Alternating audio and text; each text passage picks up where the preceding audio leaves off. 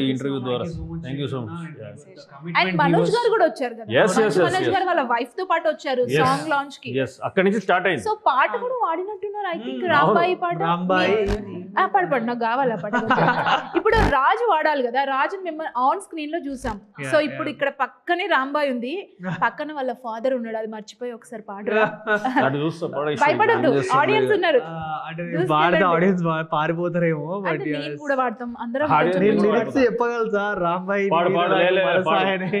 With expressions కావాలి మాకు ఇట్లా. పాడు ఓకే. రాజ్యం ఏది లేదు గాని పాడు మాట్లాడకు, చూసుకుంటా కోటకట్టలేరు కానీ కళ్ళల్లో నిన్నే దాచుకునే లోపు వెగ్గలు వస్తాడు కొడతాడు నన్ను. ఎంత బ్యూటిఫుల్ ఉన్నారు కదా, మంచిగా లవ్ చేసుకుంటున్నారు. ఎందుకు మీకు బేసిక్ గా మీ క్యారెక్టరైజేషన్ అట్లుంది కదా, మీకు ఎట్లా అనిపించింది పర్సనల్ గా? పర్సనల్ సినిమా వెంకన్న క్వశ్చన్ చేతు జునల్ గడ క్వశ్చన్ వెంకన్న గురించి మాట్లాడతాం. వెంకన్నకి